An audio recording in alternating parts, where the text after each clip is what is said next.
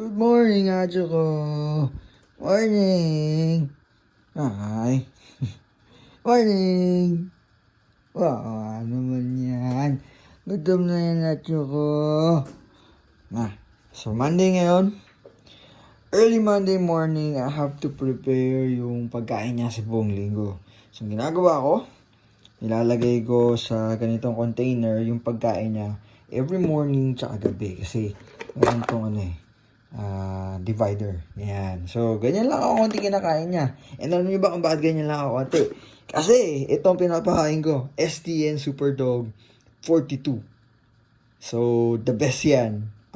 Nag-switch na ako dito kasi talagang napakaganda ng ingredients niyan. And mapapansin nyo, konti lang talaga pinapakain sa kanya. Ganyan lang talaga. Kasi sa base sa timbang niya, 10 grams lang per day. So, yung